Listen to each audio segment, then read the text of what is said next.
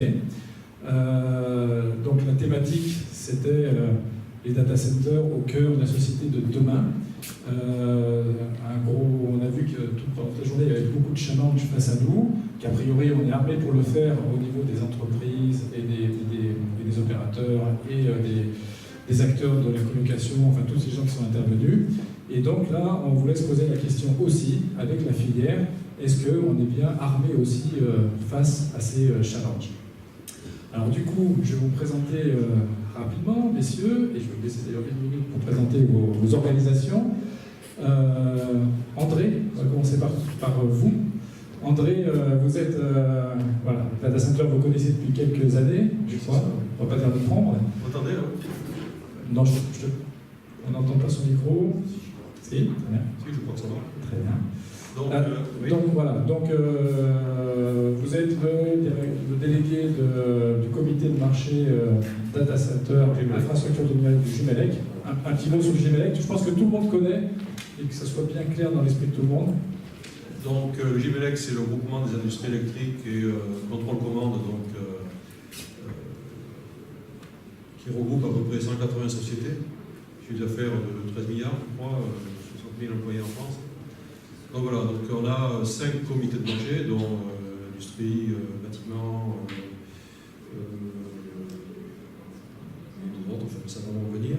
Et donc le comité de marché des infrastructures numériques dont je m'occupe, qui défend donc les intérêts de nos membres sur les sujets data center, et en particulier sur la partie infrastructure. Donc nous on n'est pas présent sur la partie IT, on est présent sur la partie infrastructure, distribution, onduleur.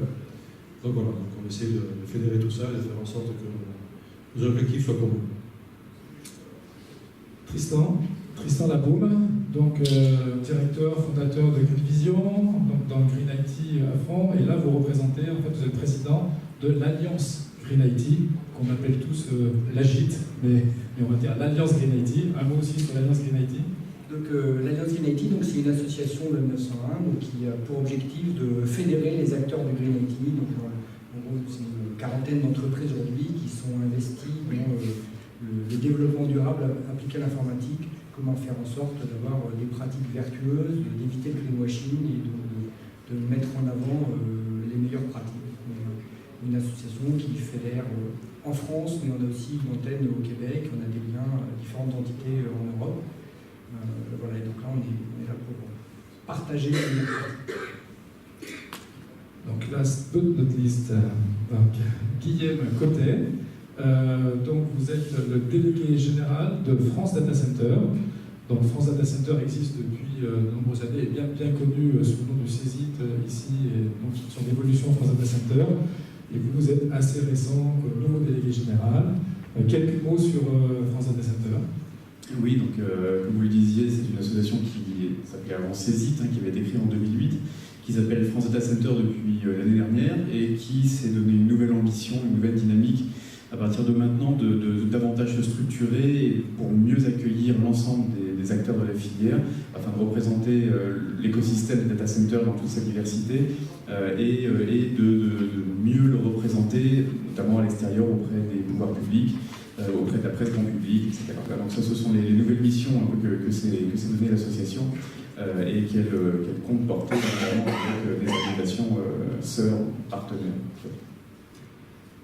Voilà, alors comme je disais, quand je venais chercher quelques personnes, les amis, pour que vous soyez nombreux dans la salle, cette conférence, c'est bien la nôtre, puisque à travers ces 3 associations, organisations, syndicats professionnels, c'est bien la filière tout entière qui est représentée et qui travaille, on le verra je pense dans vos propos, de concert pour tous les sujets qui intéressent donc ces combats qu'on mène par rapport aux challenges dont on a parlé toute la journée. Alors, je vais poser la première question à vous, André Rouillet, du Gimelec.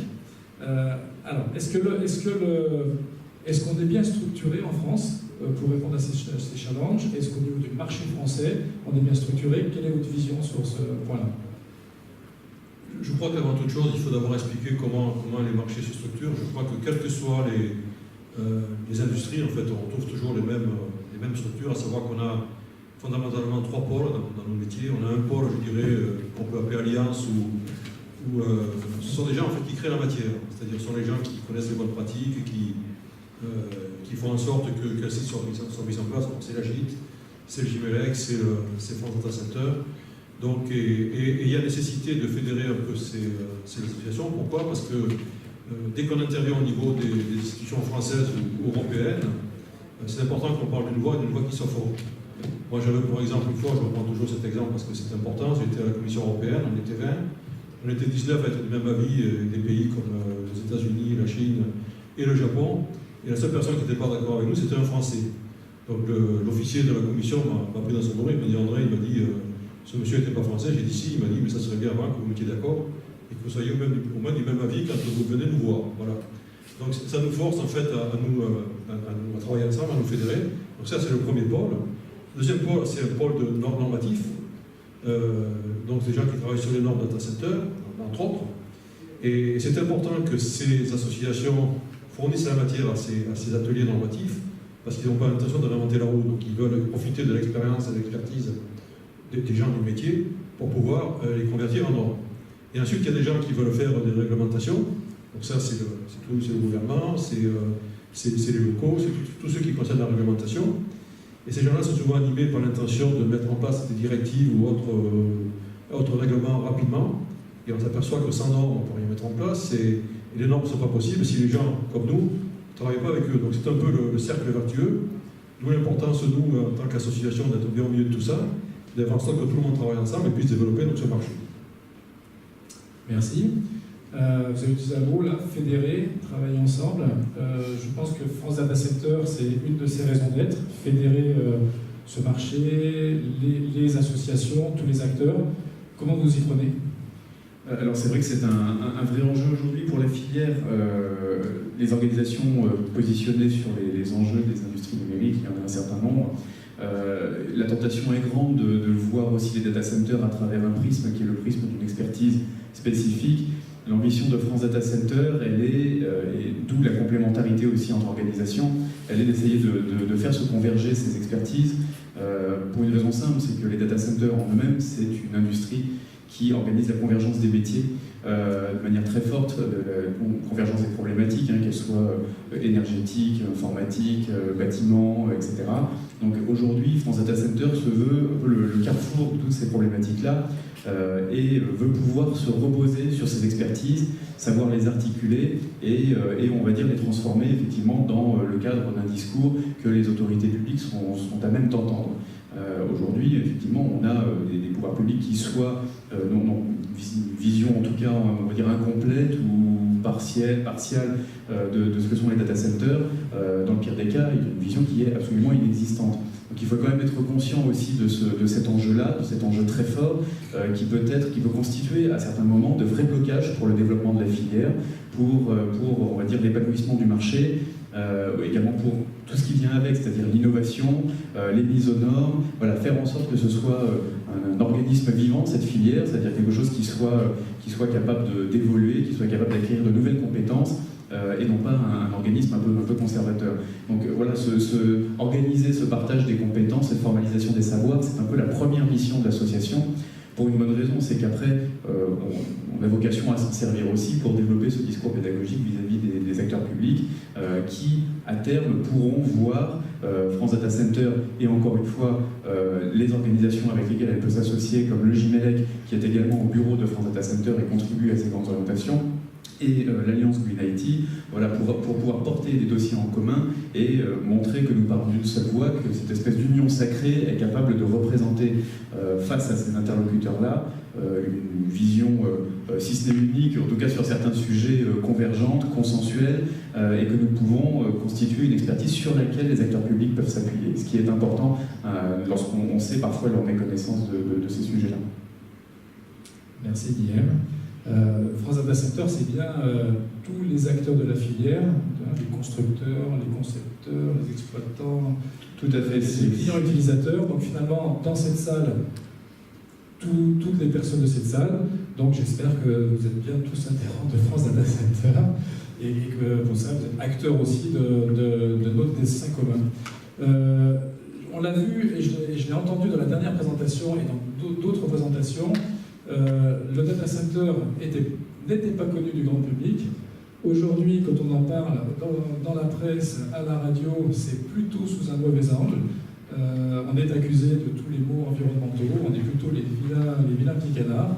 Alors l'AGIT, l'Alliance Green IT, vous challengez pour que l'IT soit plus vertueux, mais est-ce que vous n'avez pas aussi un rôle à jouer pour montrer que finalement on joue un rôle important aussi avec les data centers dans ce côté vertueux et green? Alors oui, très clairement, et effectivement, tu as raison de le préciser, le data center est souvent présenté comme le vilain petit canard, enfin c'est la face visible de l'iceberg, mais moi ça je partage et je pense que vous aussi, c'est que globalement on construit des data centers parce que derrière il y a des usages numériques, derrière on a besoin d'y mettre du matériel informatique. Donc, vu du grand public, effectivement on voit juste un gros bâtiment et on se dit oh là là, ça consomme autant qu'une ville, dans aussi peu d'espace, c'est une honte. Ouais, enfin c'est pas ça qui est une honte en fait. Ce qui est une honte, c'est qu'on veuille avoir un mail en moins de 3 secondes et qu'on n'accepte pas 3 minutes d'interruption à la limite. Ou en tout cas, c'est peut-être pas une honte, mais en tout cas, il faut se poser la question du juste besoin. Et en tout cas, bien comprendre que le data center, c'est le contenant, hein, effectivement, les onduleurs, les clips, les coupes électrogènes, tout ce qui va faire que ça va être fonctionnel, redondant, disponible, mais aussi ce qu'on met dedans et l'exigence de service que l'on a. On y met des serveurs pour tout un tas de choses, on y met des serveurs pour gérer, j'en sais rien, gérer la paye. Bon, les serveurs qui gèrent la paye, peut-être qu'ils ne sont pas utilisés 30 jours par mois et peut-être qu'on peut être raisonnable sur l'usage. Donc, au sein de l'AGIT, notre message, il est d'abord de voir les choses globalement, c'est-à-dire toute la chaîne, tout le cycle de vie, des phases de fabrication jusqu'à la phase de fin de vie. Déjà, ça, c'est un point important. Et à l'échelle du matériel informatique, un serveur informatique qui peut générer jusqu'à 80 fois plus d'émissions de gaz à effet de serre dans sa phase de fabrication que dans sa première année d'utilisation.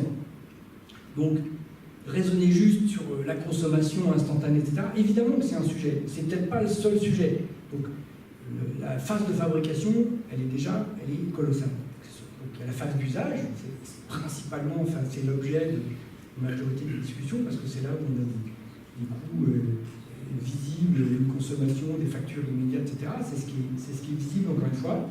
Et puis à la fin, il y a la fin de vie.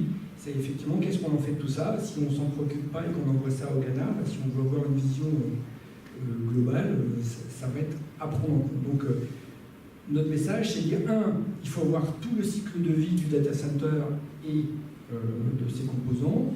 De ne pas faire de greenwashing, c'est ras-le-bol d'entendre des messages de « moi je fais plus vert que d'ailleurs, ça c'est mon truc, c'est quand on dit « je suis plus vert, enfin je suis plus efficient », mais qu'on ne met pas de « que » par rapport à quelque chose, que c'est pas conditionné, déjà il faut se poser la question. Quand on dit « c'est vert par défaut », le cloud c'est green, point, sans justification. Je vous invite à regarder la petite vidéo qui s'appelle « Le cloud est green », où on donne une esquisse de réponse à ça et vous verrez que c'est loin d'être simple.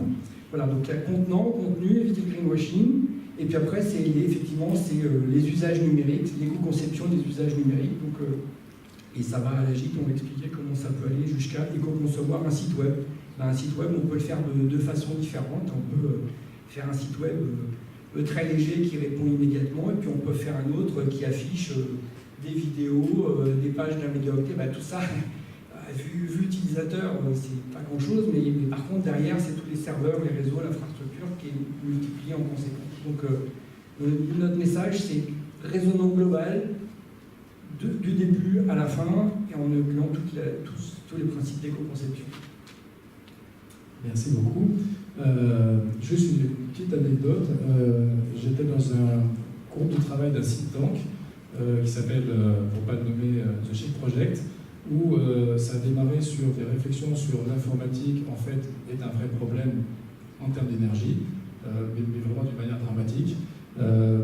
Mon travail, vu que le marché est bien organisé, c'était de dire ne réinventez pas le fil à couper de beurre, ou ne faites pas des analyses comme ça et ne perdez pas de temps. Enfin, en tout cas, dans votre analyse, prenez bien en compte des travaux qui ont déjà été effectués par des associations comme l'Alliance Green IT.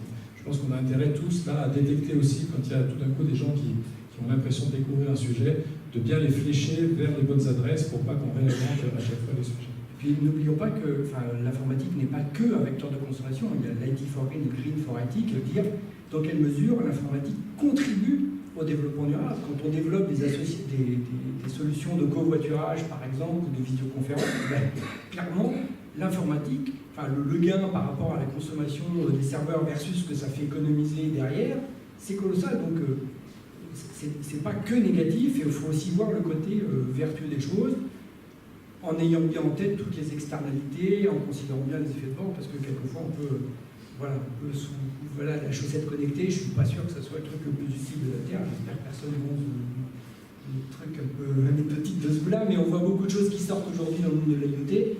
Il y a un moment où il faut bien regarder ce que ça fait et les impacts associés. Voilà. Mais l'informatique peut être vertueuse et peut être optimisée pour améliorer les développements. Merci. Je pense que tout le monde le sait dans la salle, le GIMELEC est très investi, très engagé dans le domaine de la normalisation et tous les sujets réglementaires en France et à l'international, en Europe. André, comment est-ce qu'on fait entendre la voix de la France, de la filière française sur ces thématiques, dans la normalisation et en Europe? Et puis, si vous pouvez nous donner quelques nouvelles du Code of Conduct, rapidement. Alors, je vais essayer de faire simple parce que je peux y passer 4 jours là-dessus. Rapidement. Oui, tout d'abord, je vais rebondir un petit peu sur ce qu'il disait Tristan, c'est que pour éviter ce greenwashing, il faut faire des normes, comment on mesure, comment on compare. Moi, ça fait 10 ans que je suis impliqué dans les normes et on a vu des PE, donc vous êtes tous familiers avec ce qu'est un PE, j'ai vu des PE inférieurs à 1. Donc ça a été manipulé, abusé, et donc il a fallu normaliser tout ça. Donc il y a beaucoup de groupes normatifs qui ont démarré au niveau international. Ce qu'il faut savoir, c'est que ça démarre soit au niveau européen, soit au niveau international. Et en France, on adopte ces normes parce que, quelque part, c'est un métier global. Donc on ne va pas réinventer la roue, sachant qu'on a dedans des représentants de toutes les grandes sociétés qui sont dans le monde des data centers. Donc, nous, le GIMELEC, notre vocation, et depuis l'origine, je dirais, c'est d'être très présent au niveau de la normalisation. On a aujourd'hui 300 personnes au GIMELEC, dans les sociétés membres du GIMELEC, bien sûr, qui sont impliquées dans la normalisation, ce qui fait qu'on est au niveau européen, la France est deuxième au niveau représentation au niveau européen dans les métiers électriques, et ainsi de suite. On était assez faible en IT, il faut dire les choses comme elles étaient, donc on était très impliqués sur la partie, je dirais, électrotechnique des data centers. Par contre, la partie IT, on était moins, et aujourd'hui, comme on se regarde sur des systèmes, plus que sur des produits avec des organisations verticales, on a besoin de faire en sorte que quand on va dans ces organismes normatifs, on parle pour la profession et non pas pour l'infrastructure du data center. Donc c'est pour ça qu'on a mis sur pied, je dirais, avec nos partenaires, donc des ateliers, des groupes de travail. Alors on démarre notre relation avec Agit et on se connaît de longue date, enfin, on l'a officialisé lors des derniers mois. Donc il faut qu'on mette en place ces ateliers, ces échanges, où on va dire quelle est la problématique, comment on peut monter ce message. Et comme je dis moi, c'est d'ailleurs des accords, il faut qu'on en parle avant de remonter au niveau supérieur. Et depuis peu, on est très influent donc, au niveau des groupes qu'on appelle, qui sont appelés S39 et TC215, qui sont les deux groupes qui travaillent sur la normalisation des data centers. On a un groupe en France qui est très actif, où on essaie avant d'échanger entre nous, de faire en sorte que lorsqu'on remonte, donc, on parle pour toute l'industrie data center, et non pas que pour une de ses composantes. Voilà.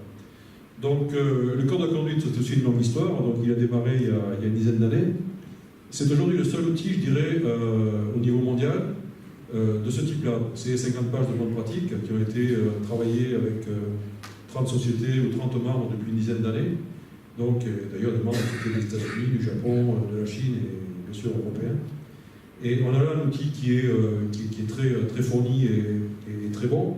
Par contre, on a toujours un problème au niveau de sa mise en œuvre parce que les opérateurs n'ont pas forcément l'intérêt de se lancer dans le code de conduite pour plusieurs raisons. Ils ne mesurent pas forcément le retour que ça amène et il y a un problème qui est un problème structurel cette fois-ci.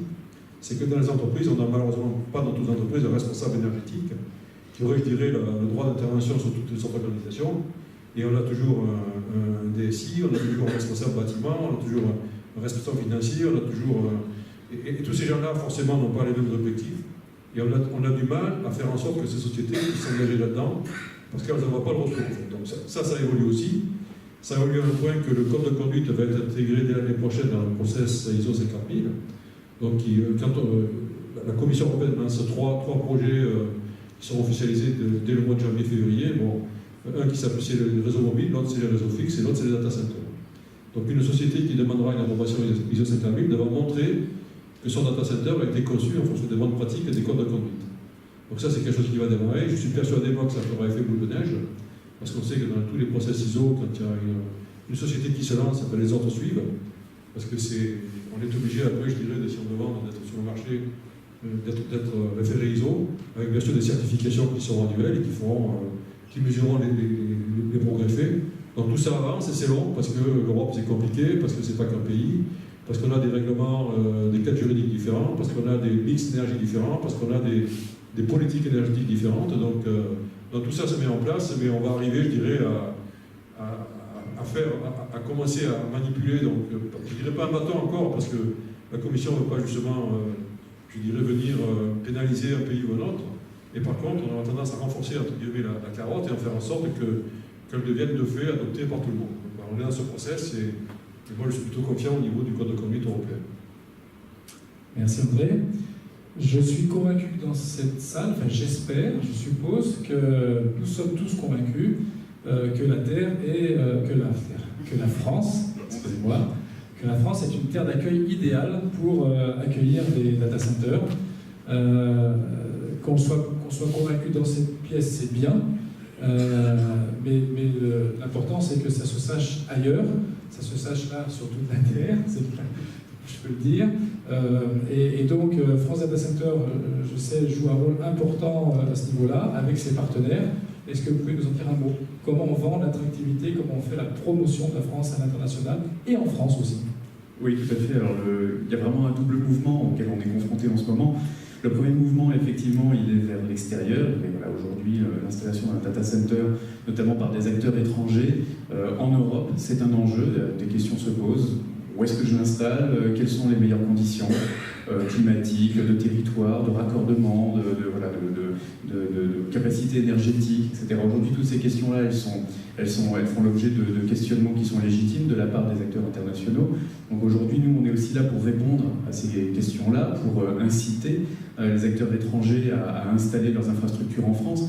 Une de nos actions principales là-dessus, ça va être de lancer, complémentairement avec le GIMELEC, en tout début d'année 2018, un grand plan de communication pour valoriser l'attractivité du territoire français.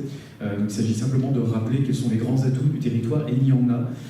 Je sais qu'il y a certains discours parfois un petit peu pessimistes, mais non, il se trouve que chaque pays a à la fois des atouts et des faiblesses. Nous, on essaie de mettre en valeur les atouts de la France, et il y en a un certain nombre. Vous pourrez le constater si vous allez encore sur notre stand, je crois qu'on a encore quelques-uns, des plaquettes, encore quelques plaquettes de présentation qu'on a faites, qu'on a initiées dans France Data Center et GIMELEC pour valoriser ça. L'une d'elles s'appelle France The Ideal Destination, donc le nom parle de lui-même, et ce sera accompagné également de petites vidéos en français et en anglais qui arriveront normalement aux environs de janvier pour valoriser le territoire. Mais j'ai envie de dire, il y a un autre mouvement aussi, le mouvement il est en France. Je parlais tout à l'heure de reconnaissance de la filière. Et pourquoi je parle de reconnaissance de la filière? Ce n'est pas uniquement pour, on va dire, favoriser éventuellement une réglementation favorable, etc. Mais il s'agit aussi tout simplement de rassurer aussi. C'est-à-dire que les acteurs auxquels vous êtes confrontés, ce sont par exemple les acteurs locaux, ce sont les collectivités locales, ce sont des gens, parfois des associations de riverains, etc., qui peuvent avoir des préoccupations par rapport au data center. En l'absence d'une information grand public un petit peu éclairée, ce sont des gens qui peuvent facilement être inquiets de tout ce que ça peut générer. On peut parler de pollution visuelle, pollution sonore, etc. Voilà, tous ces sujets-là, il va falloir les aborder.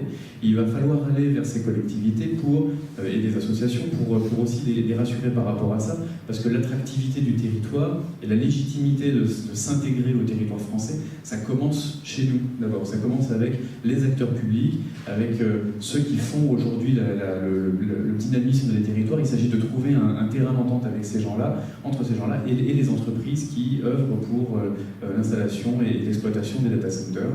Et ça passe notamment par effectivement certaines problématiques liées à l'énergie, au développement durable, etc. Ce sont des enjeux très très forts aujourd'hui. J'ai pu encore le constater lors de questionnements qui ont été formulés à l'occasion du Salon des maires et des collectivités locales il y a à peu près 10 jours. Voilà, on parle beaucoup de smart city aujourd'hui. Ce sont des mots qu'on entend beaucoup. Le data center a sa place au cœur de la smart city. Il faut que les acteurs publics et les décideurs soient conscients de ce rôle du data center. Et c'est le travail, en tout cas notre travail, que de leur faire comprendre. Merci. Donc ce que je retiens, c'est que vos trois associations, avec le GIMALEC, l'AGIT et France Data Center, vous avez créé de la matière, des outils, qui aura un plan de communication et qu'à ce moment-là, on sera tous acteurs, puisque des talks, c'est bien sur des présentoirs ou dans les pochettes, mais c'est surtout bien quand on les communique. Donc, oui, et puis ça donc faut qu'on se prépare en début d'année à tous la filière relayer ces informations. Exactement, j'ai oublié de le préciser. Effectivement, nous on compte beaucoup sur les acteurs de la filière pour relayer ces outils-là. Nous, j'en profite pour dire que France Data Center a enfin créé une page entreprise sur LinkedIn et un compte Twitter ces derniers jours. Donc voilà, n'hésitez pas à venir suivre notre actualité. On essaie de faire une veille du secteur la plus rigoureuse possible, d'abord d'essayer de lancer un peu des discussions, vous tenir au courant également de notre agenda et de ce qui se passe dans l'association. Mais voilà, typiquement, ce sont à travers les réseaux sociaux ou d'autres moyens d'ailleurs qui vous appartiennent, nous avons besoin aussi que les acteurs de la filière se saisissent de ces outils-là et soient en capacité de les relayer auprès de leurs partenaires étrangers, par exemple, ou interlocuteurs au quotidien. Je voudrais juste rajouter quelque chose, c'est que par rapport à ces facteurs d'attractivité, c'est que moi j'ai eu en main au moins une dizaine d'études faites sur l'attractivité de différents pays, bien sûr. Et il s'avère que chaque fois qu'une étude est faite dans un pays, c'est bien sûr le meilleur pays pour attirer les data centers. C'est pas nouveau. Ceci étant, ces études abordaient 2 ou 3 critères d'attractivité, en occultant pas mal d'autres. La façon dont on a fait nos travaux, et c'est issu d'un think tank qui a duré 1 an et demi, Marc a participé d'ailleurs, et on a bien abordé tous les critères, à savoir les 12 critères qui font l'attractivité d'un pays. Donc ceux qui sont familiers avec le décathlon, donc les Olympiques et le décathlon, ou autre chose, on n'est peut-être pas les meilleurs dans un domaine donné. Par contre, on est toujours très bien placé, ce qui fait qu'à la sortie, on a la médaille d'or. Voilà, en gros, c'est le message que l'on veut faire passer. On l'a fait très factuellement, en prenant des données qui étaient fournies par la DGE, par Business France, par l'EDF, enfin par d'autres acteurs. Donc on a fait ça très factuellement. Il s'avère qu'on est toujours très bien placé, on est dans les 2 ou 3 premiers. Ce qui fait qu'en fait, on a la meilleure offre globale, c'est quand même attractivité. Voilà. Juste pour que. Et bien sûr, on n'est peut-être pas premier dans un domaine donné, mais let's work. Merci. Donc nous sommes, si j'entends bien, une filière d'excellence en France dans le domaine des data centers. Pour autant, il y a toujours des axes d'amélioration sur la performance environnementale. En général, la performance, ça démarre par la mesure. Est-ce que là-dessus on est bon? Est-ce qu'on a des axes de progrès? Qu'est-ce qu'il faudrait faire pour être encore meilleur? De là où on parle, on a encore des marges de progrès. Juste pour vous donner quelques chiffres, puisque l'AGIT vient de sortir le baromètre 2017 du Green IT en France, avec plus de 550 entreprises qui ont répondu. Ça vous donne comme une petite idée de la représentativité. Et il en ressort que 92% des entreprises ne connaissent pas leur PUE et que 8% seulement ont mis en œuvre les pratiques du Code of Conduct, qui sont universellement reconnues comme étant des pratiques vertueuses. Donc, si on parle de mesures, le PUE, c'est pas forcément la panacée, mais en tout cas, on va dire c'est la base, en tout cas pour commencer à travailler. Donc, on voit bien qu'on part de loin. Donc ça, c'est la bonne nouvelle parce que il y a une grosse marge de progrès, donc on a encore du boulot. Après, on parle de mesurer la consommation de l'informatique, et effectivement, c'est aussi la clé, hein, c'est le contenant qu'on mesure, et là, ça devient plus compliqué. Ça devient plus compliqué parce qu'on peut le regarder de manière macro et dire, voilà, tout ce que j'ai dans mon data center, ça consomme ça. Chouette. Et alors, parce que on compare avec quoi? Avec ce que consomme Google, ce que consomme mon concurrent, qu'on ne connaît pas, avec son voisin d'en face, avec celui qui est dans la baie à côté. Enfin, c'est pas ça le sujet. Et là, ça devient du coup beaucoup plus compliqué. Donc c'est pour ça que si on va parler de mesures, pour le coup, le meilleur indicateur de comparaison, c'est soi-même, mais soi-même dans un état intérieur, voilà, dans un état précédent. Moi, j'aime bien dire que finalement, le bon indicateur de performance énergétique, si je suis vendeur de chaussures, à la limite, c'est le nombre de chaussures que je vends dans l'année divisé par ma consommation. Ça m'intéresse. Mais comparer mon PE avec celui de Google, qui accessoirement multiplie les data centers, donc il y a un raisonnement mondial et pas un raisonnement unitaire data center, je m'en fiche, quoi.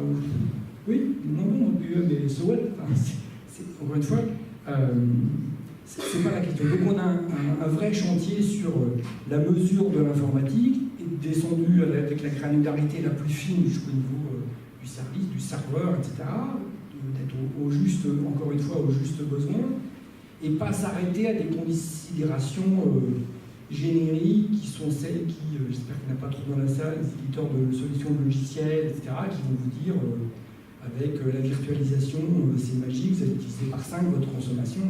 Ouais, dans les labos, si on part de très vieux serveurs ultra inefficients et qu'on part sur des serveurs nouveaux parfaitement optimisés. Sauf que c'est pas la vraie vie, c'est pas la vraie vie. D'ailleurs, je vous invite à faire l'exercice chez vous. Moi, il y a un truc que j'appelle la démultiplication spontanée des machines virtuelles.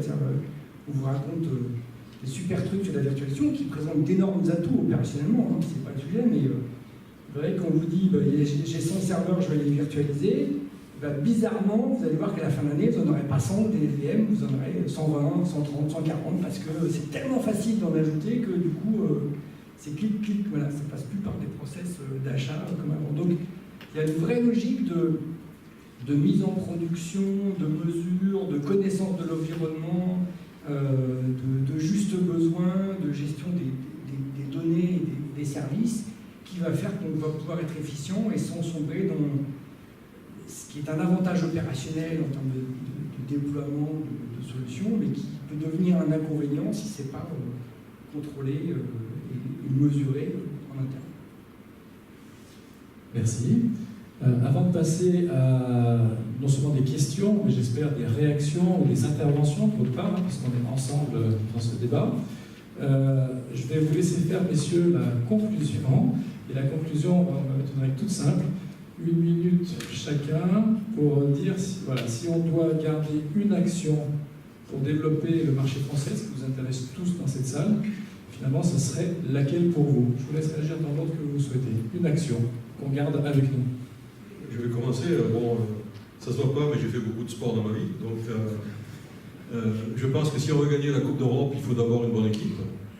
Et moi, je suis persuadé qu'on n'y arrivera que si on arrive à se fédérer, à travailler ensemble, à jouer sur nos valeurs, nos complémentarités, et que c'est déterminant pour le futur, parce que notre voix sera d'autant plus forte et notre crédibilité aussi. Quand on pose la question aux Européens, quel est le représentant du marché data center en France, il y a 10 réponses en fait différentes, avec des sociétés souvent qui ne sont pas connues et qui n'ont pas pignon sur rue. Donc on a intérêt à se fédérer, à continuer à travailler comme ça, et je crois qu'on a une très bonne base aujourd'hui. Donc rejoignez-nous, et puis ça ne fera que renforcer notre groupe.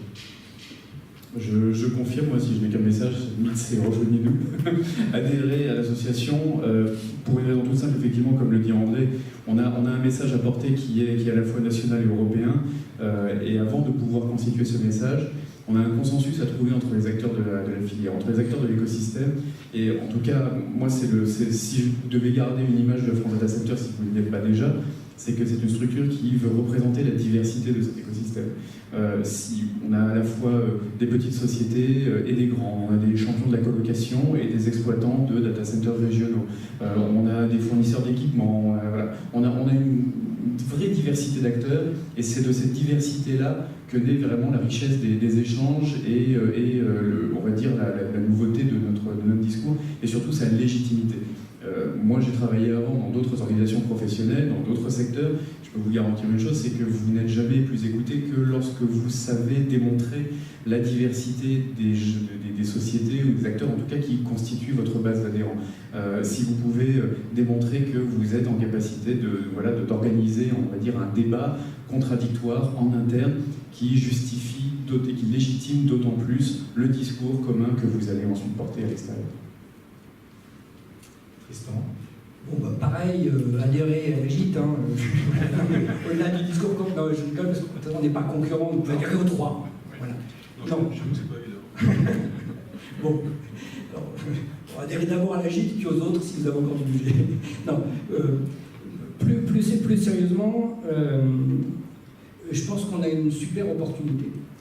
On a une super opportunité parce que on a un territoire qui est attractif, on a des compétences, on a des réseaux développés, on a une énergie qui est stable et sécurisée. Enfin, on va faire mais globalement, on a ça. Mais en plus de ça, on est en train de devenir un pays qui devient raisonnablement leader dans les green tech. Et a fortiori avec les Américains qui se désengagent et qui disent la planète, on s'en fout. Enfin, je simplifie un peu le débat, mais excusez-moi. Mais en tout cas, c'est une opportunité énorme pour qu'on se démarque, qu'on développe les bonnes solutions, qu'on passe les vrais messages, qu'on ne fasse pas de greenwashing et qu'on se positionne vers. Enfin, moi, je ne sais pas, le développement durable, quand est-ce que. Enfin, c'est pas. Voilà, c'est pas, pour moi, c'est pas un débat, on n'a pas le choix. Juste la question, c'est quand est-ce que ça deviendra complètement nécessaire et obligatoire, mais on n'a pas le choix, c'est pas débat d'histoire. Donc, on a cette opportunité, on a l'intelligence collective, les outils, les moyens, le territoire, enfin, donc profitons-en, et on sera tous gagnants au titre personnel, de société, au niveau national. Un grand merci, messieurs. Je dis messieurs d'ailleurs. Je vais juste rappeler quelque chose, c'est qu'on a souhaité que cette table ronde la parité soit beaucoup mieux respectée comme elle est là, et on a eu des difficultés. La prochaine fois, on le fera mieux. Hein. Alors, du coup, on passe aux échanges. Est-ce que vous avez des réactions, des questions? Est-ce que vous voulez intervenir? C'est à vous de jouer.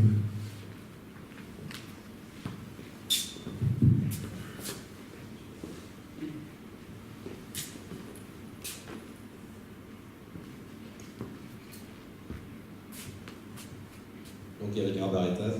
Donc merci pour tout ce que vous faites. Et effectivement, cette alliance de toutes les associations, j'applaudis. A priori, on met tout pour que ça fonctionne. Au final, malgré tout, on peut constater qu'effectivement, la réussite n'est pas encore là. La plupart des Google et autres s'installent tout autour de la France, pas encore en France. Quelle est pour vous l'explication? Est-ce qu'elle tient à un manque d'accompagnement, par exemple, du gouvernement français? Quelqu'un va intervenir? Guillaume? J'ai envie de dire, il faudrait leur poser la question. Oui, je me sens. Pardon? Est-ce qu'il y a un adhérent public?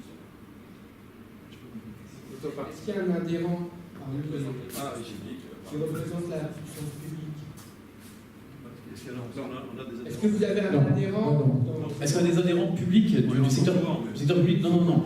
Alors, sauf si on me contredit, ma connaissance des institutions est peut-être un peu périmée, mais les acteurs publics n'ont pas, sauf ceux qui ont un statut mixte, n'ont pas forcément vocation ou légitimité à adhérer à des organisations professionnelles.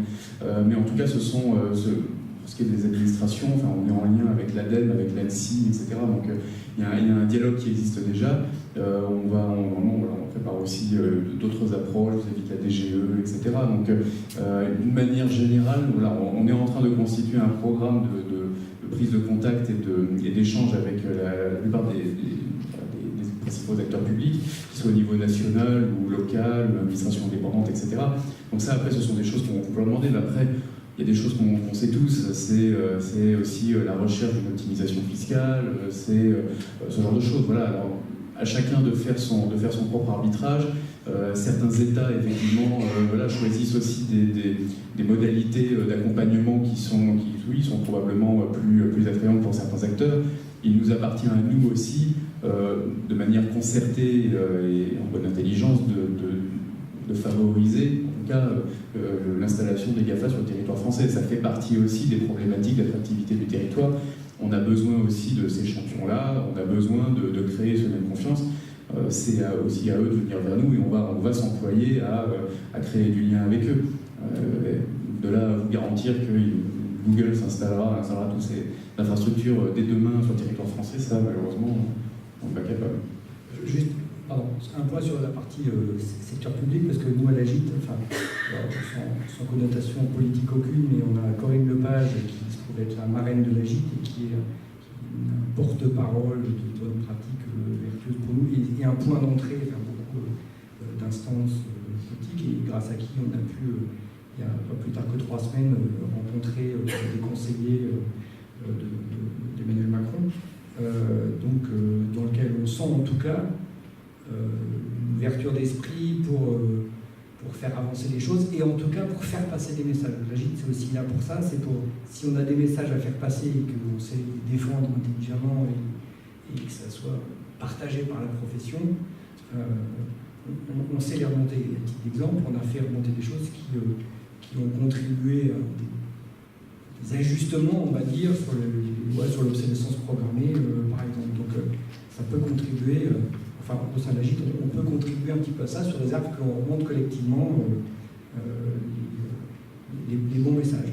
Après, la question que tu posais, mais c'est, je ne sais pas si c'est forcément, après c'est un point de vue que chacun peut avoir ou pas, mais est-ce que c'est à l'État de forcément légiférer? C'est vrai qu'il se trouve qu'en France, la question de la carotte ou le bâton, soit on a des sous à donner, voilà, soit on dit si vous ne faites pas bien, on va vous pénaliser, mais à la base, ça ne devrait pas, soyons responsables par nous-mêmes. Moi je ne suis pas forcément, bon c'est peut-être utopique ce que je dis là, mais et malheureusement c'est vrai qu'on constate dans les faits que pour que ça marche, il faut que ça soit obligatoire, ou qu'il y ait des pénalités. Alors, moi ce que je veux dire c'est que par rapport à ta question Eric, les taxes, c'est toujours important les taxes, mais il n'y a pas que ça, et je dirais même c'est rassurant pour beaucoup d'investisseurs, parce que si on paie des taxes, c'est que quelque part on n'est pas dans la jungle en fait, c'est que quelque part quand ils installent un data center, il y a des normes, il y a des... c'est sûr, alors ça prend du temps. C'est vrai qu'en France, on a eu toujours ce process d'approbation qui est long. Bon, mais quelque part, c'est rassurant. Les choses évoluent. Il y a aussi le fait que ces grosses sociétés américaines, quand elles venaient en Europe, elles s'implémentaient plutôt dans l'Europe du Nord. Parce que ça a été le cas pour les ISP dans les années 2000, ça a été le cas pour les data centers. La fibre était peut-être plus facile à installer en Hollande que ce qu'elle l'est en France. Tout ça évolue. Donc on a des plans qui sont là, donc à nous de travailler sur nos forces en fait, et de convaincre le marché que nos forces sont suffisamment importantes pour combler largement nos faiblesses. Et le fait qu'on paie des taxes, oui, si on voit ça à court terme, mais qui ne paie pas des taxes. Je dirais, la plupart des pays européens, on paie également des taxes et ça n'empêche pas aux gens de... Et il y a aussi un aspect green. Bon, l'aspect green, quand on va en Islande, il y a des geysers, il y a de l'eau froide, de l'eau chaude, donc ces gens-là, les GAFA, veulent se donner une image un petit peu, entre guillemets, sexy, excusez-moi du terme, mais vous voyez ce qu'on fait nous, on a des data, mais qui ne sont pas économiquement, je dirais, le marché tel que nous on le connaît. Voilà. Donc ça c'est mon avis, donc je dirais travaillons sur nos forces et on y arrivera. Juste une dernière remarque, la question est excellente parce que c'est effectivement un sujet qu'on se pose depuis longtemps, sur lequel on a agi. En tout cas, ce qui est sûr, c'est que les personnes concernées au niveau de l'État sont très compétents. C'est des gens qu'on a rencontrés et qui sont très compétents. Il ne faut pas les considérer comme des gens qui ne savent pas, en fait. Ils savent. Souvent, ils se retournent vers nous, en fait, quand on les rencontre, en disant « Ok, et c'est quoi comment vous voyez les choses ?» Et c'est plutôt nous, la filière, qui avons du mal à expliquer comment il serait bien de le faire. Donc, on peut aussi, on ne faut pas tout attendre de l'État, il faut aussi nous s'organiser. Comme l'a dit André, ce qui est sûr aussi, c'est ce qu'on fait avec ces actions, c'est que l'objectif avec l'Europe ou avec la France, c'est en tout cas de parler d'une voie homogène. Rien de pire que d'y aller en ordre dispersé, chacun racontant une histoire qui finalement, à la fin, n'est plus crédible. Toutes les grandes actions d'influence sur tous les marchés sont faites avec, enfin en tout cas toutes celles qui réussissent sont faites quand elles sont organisées. Et puis dernier point, en fait on travaille beaucoup et France Data Center et Gimelec, et entre autres sur cette campagne de communication avec Business France. Et Business France est l'acteur qui aujourd'hui est d'abord. Donc s'il y en a un, oui, c'est Business France, et qui a pour objectif de valoriser la France comme terme d'attractivité des data centers. Juste pour confirmer, donc les vidéos qu'a mentionnées Guilhem ont été aussi envoyées à Business France, en particulier celles sur l'attractivité. Et j'attends leur réponse parce qu'on avait mis nos sites Gimelec et France Data Center. C'est pas opportun puisque on est en français, c'est tout en français, donc c'est destiné à des investisseurs étrangers. Donc ça a été récupéré par Business France qui va mettre son site pour que les investisseurs potentiels puissent les contacter et voir ce qu'ils font. Tout ça va dans le bon sens, ils sont très contents de ce qu'on a fait parce que malheureusement eux n'ont pas pu le faire, n'ont pas su le faire. Donc on les a poussés, on a travaillé avec eux depuis 2 ans ou 3 ans maintenant. Et Et on y arrive. Mais vous savez, c'est quand vous allez voir Business France, ils ont beau être 1500, vous voyez une personne qui est responsable de ce secteur, elle dit c'est quoi un data center, quoi. Ce que disait Guilhem tout à l'heure, on a nous un devoir d'éducation, de leur apprendre ce que c'est, de leur montrer que c'est vertueux, que ça va quelque part créer des emplois, que ça va bâtir un écosystème, et ça fait partie de ce qu'on doit faire aujourd'hui. Voilà, donc on n'est pas au bout de nos peines, mais on est tous armés pour y aller. Et surtout pour aller nous voir. Donc, je reviens là-dessus, c'est important. Voilà, et derrière, donc ta question était vraiment, vraiment importante. Typiquement, s'il y a des actions à mettre en place, c'est notre responsabilité, hein, c'est à nous. Donc surtout, s'il y a des idées, ne pas hésiter à vous connecter. Typiquement, le combat sur les taxes, pour nous, a été jugé comme pas forcément le bon combat. C'est un combat de l'État, mais pas sur le marché data center. C'est un combat avec l'Europe, c'est un combat pour vous positionner, et actuellement, c'est plutôt dans ce sens-là, c'est pourquoi la Hollande fait des pratiques qui sont un peu particulières, qui ne sont pas acceptées par les autres États, mais pas sur les data centers, hein, sur l'ensemble du business. Donc, si ça se régule par le haut, tant mieux. C'est pourquoi Google ne paye pas d'impôts, c'est pourquoi l'Irlande fait du dumping. Donc ça c'est plutôt le sujet qui n'est pas data center, qui est général et qui sont en train de régler, tant mieux. Et après, nous, on travaille sur des actions voilà, plus concrètes. Typiquement, on a mis des actions, on a poussé des actions, mais si vous avez d'autres idées, il faut que ça soit quand même très construit, très précis quand on construit des positions de ce type-là. Une a été de dire, par exemple, il y a quelque chose qui a été bénéfique à l'industrie du futur, qui a été le suramortissement, mis en place par Macron, et qui a bien marché. Bon, ça s'arrêtait, on a poussé au niveau de l'industrie du futur pour que ça continue. Suramortissement, donc c'est une aide pour les entreprises pour investir. Et nous, on a poussé le fait que ce suramortissement, il aille aussi dans l'industrie du data center, pour aider aussi les entreprises à être plus performantes, etc. Bon, c'est des actions de ce type-là qu'on peut mener. Donc c'est plutôt que des combats contre, c'est proposons des solutions et amenons des choses qui fassent que notre marché se développe. C'est un peu dans la continuité de ce sujet, c'est-à-dire en termes d'attractivité internationale. Est-ce que le fait que 75% de l'électricité française soit produite par le nucléaire est un frein? Messieurs? Je peux répondre pas du tout, non, parce que aujourd'hui, on a fait en sorte qu'au niveau de la conception des métriques internationales, qu'on sépare bien les émissions de carbone de la nature de l'énergie. Moi, je me retrouvais une fois à Francfort dans un atelier européen où il y avait le japonais, on comprend pourquoi. Ils voulaient sortir un coefficient qui s'appelait GEC, Green Energy Coefficient. Et il n'y a pas de définition de green, enfin tout au moins le nucléaire, et bon, on sait qu'on connaît les problématiques du nucléaire. Mais moi j'ai fait en sorte, je suis monté sur la table quasiment, j'ai fait en sorte que ça ne passe pas parce qu'on se rend compte qu'on peut plomber un marché, je dirais facilement, par le biais d'une métrique internationale si elle devenait entrer dans le cadre d'une directive. Donc ils ont accepté de découpler ça dans des coefficients qui étaient bien différents, qui sont, bien sûr, ils ont séparé les émissions de carbone du reste, mais aujourd'hui le nucléaire n'est pas considéré comme un frein, je dirais même mieux, en Angleterre ils en ont, l'Allemagne ils en ont encore, beaucoup de pays qui en ont, et quelque part ça ne s'empêche pas d'avoir des data centers. C'est quelque chose qui évoluera bien sûr. Ce qui va évoluer, c'est par contre, c'est les alimentations des data centers en énergie renouvelable, ça va évoluer, plus que de nucléaire en fait. Donc tout ce qui est fossile sera, je dirais, fortement déconseillé. La Commission européenne a suggéré qu'en 2030, 80% de l'énergie fournie aux data centers en moyenne soit d'origine renouvelable. Donc ça veut dire qu'il va falloir transférer des charges de travail sur des énergies qui sont renouvelables, par des data centers qui seront fédérés. Donc il y a tout un tas de projets dans ce sens-là, et c'est plutôt ce qu'il faut prendre en compte. Mais le nucléaire n'est pas vraiment aujourd'hui un frein. Enfin, moi, tout au moins, je n'en ai jamais entendu parler. Si ce n'est pas que nos amis japonais voulaient plomber, je ne sais pour quelle raison, peut-être le tsunami, ce qui s'est passé après. Mais bon, ce n'était pas très opportun, et d'ailleurs, ils n'ont pas été très écoutés sur ces sujets-là. Est-ce qu'il y a une question? Marc, tu viens avec nous pour cette conclusion? Mais alors, courte. Tu peux peut-être démarrer en disant si toi aussi tu avais un conseil ou une action prioritaire à mener pour développer le marché data center, ce serait laquelle? Il faut dire aux gens d'arrêter d'envoyer des SMS n'importe comment. Ah, bonne idée. Ça ira bien mieux. Hein? Et autres.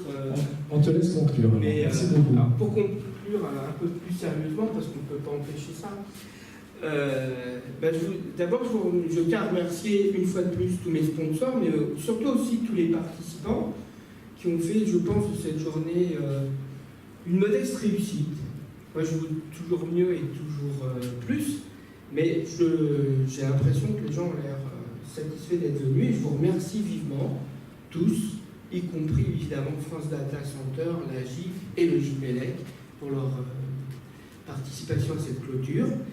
Je vous donne rendez-vous tout de suite au cocktail qui est sponsorisé par Interaction, et c'est un très bon cocktail, très sympa, et j'espère que ça va être très convivial.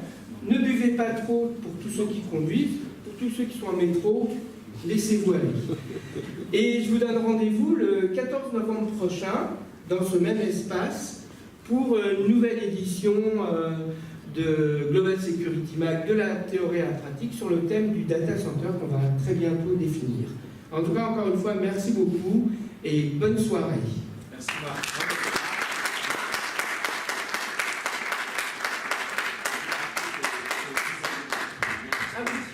Effectivement, un lien de toute la journée qui a été enregistré en vidéo sera mis à la disposition au plus tard la semaine prochaine. Oui.